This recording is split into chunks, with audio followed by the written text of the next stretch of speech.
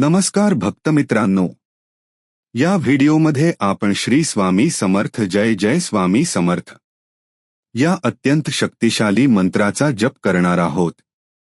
हा मंत्र आपल्या जीवनातील सर्व अडचणींना दूर करतो, शांती आणि सकारात्मक ऊर्जा प्रदान करतो आणि श्री स्वामी समर्थ महाराज यांच्या आशीर्वादाने आपले जीवन समृद्ध करतो। मंत्राचा जप कसा करावा? श्री स्वामी समर्थ जय जय स्वामी समर्थ। आशा आणि विश्वासाने मंत्र उच्चारताना ध्यान ठेवा की स्वामी समर्थ आपल्या जीवनात सदैव उपस्थित आहे। जपाचे महत्त्व।